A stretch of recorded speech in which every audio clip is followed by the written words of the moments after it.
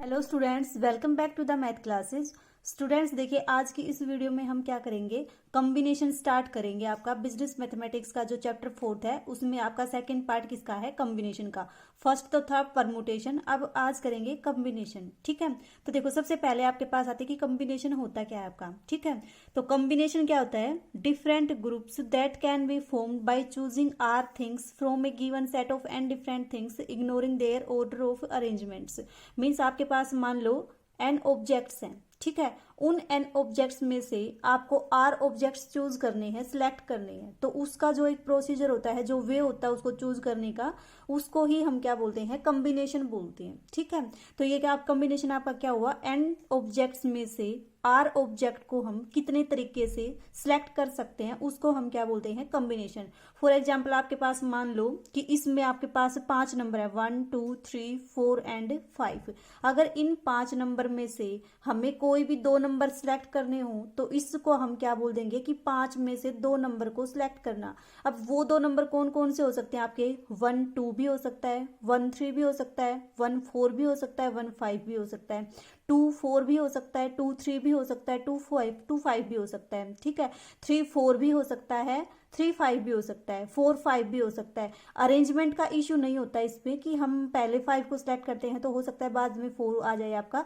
4 5 और 5 4 मीन्स आपका सेम ही है कि 4 और 5 को सिलेक्ट करना या फिर 5 और 4 को सिलेक्ट करना, सेम थिंग है आपके पास। ठीक है, तो अरेंजमेंट का इश्यू नहीं होता इसमें जस्ट आपके पास क्या होता है, सिलेक्शन के वे होते हैं कि हम इन 5 नंबर में से किन्हीं 2 नंबर को कितने तरीकों से सिलेक्ट कर सकते हैं। ठीक है, तो आपके पास ये क्या हो जाएगा, कॉम्बिनेशन। कॉम्बिनेशन एन ऑब्जेक्ट्स में से आर ऑब्जेक्ट को सिलेक्ट करना या फिर चूज करना, वो प्रोसीजर, वो जो सिलेक्शन का वे होता है उसी को हम क्या बोलते हैं, कॉम्बिनेशन बोलते हैं। अब देखो इसकी नोटेशन।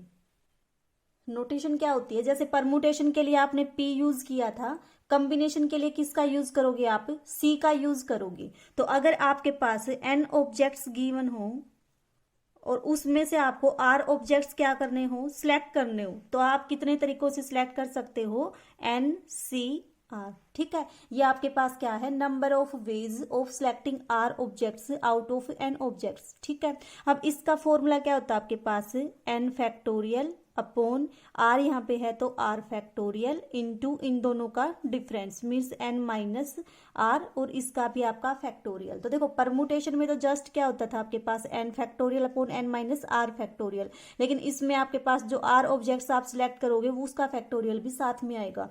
तो ये आपके पास क्या बन गया, कॉम्बिनेशन का फॉर्मूला एनसीआर। एनसीआर क्या होता है, n factorial upon r factorial into n minus r factorial. ठीक है, अब कुछ स्टैंडर्ड से रिजल्ट हैं जो आपके पास डायरेक्ट याद रखना आप कि एन में से आप अगर एन ऑब्जेक्ट को ही सिलेक्ट करोगे तो उसको सिलेक्ट करने के कितने वे हैं आपके पास, 1। फॉर्मूले से भी निकाल सकते हो, एनसीएन का मतलब n factorial upon n factorial into n minus n factorial. तो एन माइनस एन फैक्टोरियल क्या होगा, 0। दो चीजें ये भी याद रखोगे कि 0 का फैक्टोरियल कितना होता है आपका 1, और 1 का फैक्टोरियल भी कितना होता है आपका 1। फैक्टोरियल वाले चैप्टर में ये चीज बताई थी आपको। ठीक है, तो अब देखो इसकी वैल्यू 1, एन फैक्टोरियल से आपका n factorial cancel, this is equal to 1। तो मीन्स क्या है आपके पास, n C n is equal to 1। ठीक है, सिमिलरली आपके पास एनसी 0 कितना आएगा वो देखो, एनसी 0 भी कितना आएगा आपके पास, 1 आएगा। ठीक है, कैसे आएगा, n factorial upon 0 factorial n minus 0 का factorial, 0 factorial 1, n minus 0 factorial करोगे तो एन फैक्टोरियल, एन से आपका n cancel and this is equal to 1। तो आप इन दोनों को आप डायरेक्ट याद रखोगे कि एन सी एन भी 1 होता है और एन सी 0 भी 1 होता है। मतलब क्या हुआ आपके पास, मान लो ये 5 ऑब्जेक्ट हैं, इन 5 ऑब्जेक्ट्स में से पांचों ऑब्जेक्ट को आप कितने तरीके से चूज कर सकते हो, कितने तरीके से सिलेक्ट कर सकते हो भाई, 5 को तो एक ही तरीके से निकाल सकते हो आप।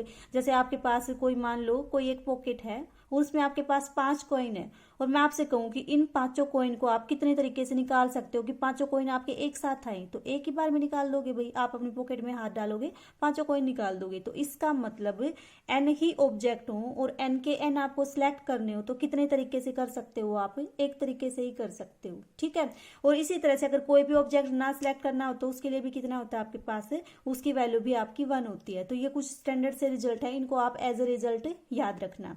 दूसरा आपके पास देखो कौन से रिजल्ट होते हैं, एन में से अगर आप आर ऑब्जेक्ट को सिलेक्ट करोगे या फिर n में से n माइनस आर ऑब्जेक्ट को सिलेक्ट करोगे तो वैल्यू दोनों की क्या आएगी, सेम आएगी। एक आपका ये रिजल्ट है, इसको भी याद रखना कि n में से r ऑब्जेक्ट को सिलेक्ट करने के वे और n में से n माइनस आर ऑब्जेक्ट को सिलेक्ट करने के जो भी आपके पास वेज होंगे वो क्या होंगे, इक्वल। छोटा सा इसका प्रूफ भी है, इसको देख लेना, ठीक है। उसके बाद देखो एक इंपॉर्टेंट रिजल्ट क्या होता है आपका ये कि NCP is equal to NCQ। Means अगर आपके पास नंबर ऑफ ऑब्जेक्ट सेम हो और P ऑब्जेक्ट को चूज करना और Q ऑब्जेक्ट को चूज करना, उन दोनों की वैल्यू आपकी सेम हो, तो ऐसा दो ही केस में होगा, या तो P और Q इक्वल होंगे या P प्लस Q की वैल्यू किसके इक्वल होगी, आपकी N की। ये रिजल्ट आपका इंपॉर्टेंट है, इसको आप याद रखोगे। Means NCP is equal to NCQ, NCP is equal to NCQ होगा तो या तो P और Q भी इक्वल हो जाएंगे या फिर P प्लस Q किसके इक्वल आएगा, आपका N के इक्वल आएगा। इसको डायरेक्ट याद यूज करेंगे जब क्वेश्चन सोल्व करेंगे उसमें, ठीक है। उसके बाद देखो नेक्स्ट ये वाला रिजल्ट भी आपका इंपॉर्टेंट है कि n और r आपके पास नेचुरल नंबर हो और r आपके पास 1 से तो ग्रेटर हो, n से आपके पास क्या हो, लेस या इक्वल। तो आपके पास क्या फॉर्मूला होता है, NCR plus NCR minus 1 equals to n plus 1 CR। इसको याद कैसे रखोगे, देखो अगर आपके पास टॉप वाला नंबर सेम हो, ठीक है, नीचे वाले नंबर में सिर्फ 1 का डिफरेंस हो, क्या हो, नीचे वाले नंबर में आपके पास 1 का डिफरेंस हो, तो इसकी वैल्यू किसके इक्वल आएगी, ऊपर वाला जो टॉप वाला नंबर है उसमें 1 का इंक्रीमेंट कर दो और इसमें जो बड़ा है उसको लिख दो, ठीक है। कैसे याद रखोगे, देखो n टॉप आपका सेम है, R डिफरेंट है, डिफरेंस भी कितने का, सिर्फ 1 से डिफरेंस है इसमें दोनों में, तो आप क्या लिखोगे, इसको n में तो आप एक इंक्रीमेंट कर दोगे, नीचे जो आपके पास बेस वाला नंबर है उसमें जो भी बड़ा होगा उसको यहाँ पे लिख दोगे, तो इसकी वैल्यू क्या आ जाएगी, ये आएगी। इसको भी हम यूज करेंगे जब क्वेश्चन सोल्व करेंगे वहां पे। इसका छोटा सा प्रूफ है, इसको भी आप कर लेना, 2 मार्क्स में आपका आ सकता है, इंपॉर्टेंट है। देख लो कैसे करोगे। NCR क्या होता है आपका, n factorial upon r factorial into n minus r factorial, formula अलग कर दिया। यहाँ पे देखो NCR माइनस 1 कितना हो जाएगा, n factorial upon r minus 1 factorial और इनटू में n minus r minus 1 factorial, ठीक है। दोनों को सोल्व करके एलसीएम लेके ट्राई कर लेना, हो जाएगा। इसी तरह से आपके पास नेक्स्ट है, तो नेक्स्ट में भी देखो बेस आपका टॉप आपका सेम है, बेस में 1 का डिफरेंस है, तो रिजल्ट क्या बन जाएगा, टॉप वाले में 1 का इंक्रीमेंट और जो आपका बेस है उसमें आपके पास क्या आएगा, जो भी बड़ा नंबर है वो, ठीक है। तो ये रिजल्ट आपका सब जगह यूज होगा।